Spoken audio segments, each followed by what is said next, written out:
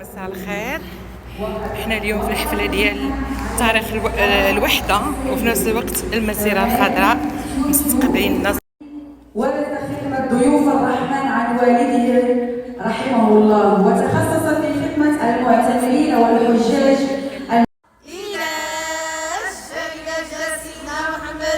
الله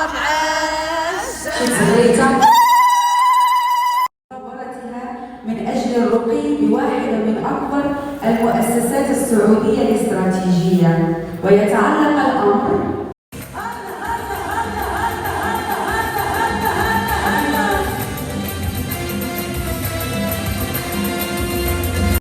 بأنازيج شعبية مغربية من عمق أطراف الأصيل. إنها الفنانة أميمة بعزية.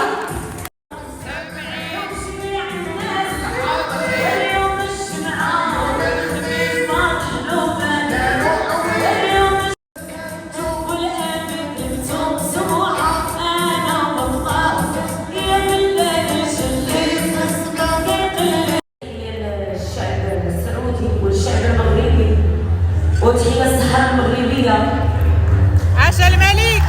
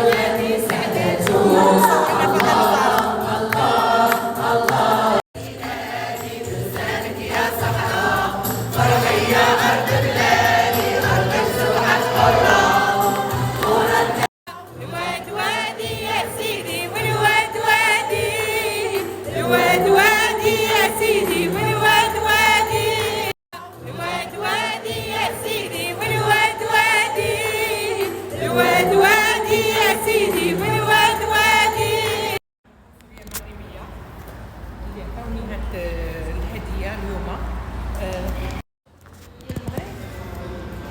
ما شاء الله تبارك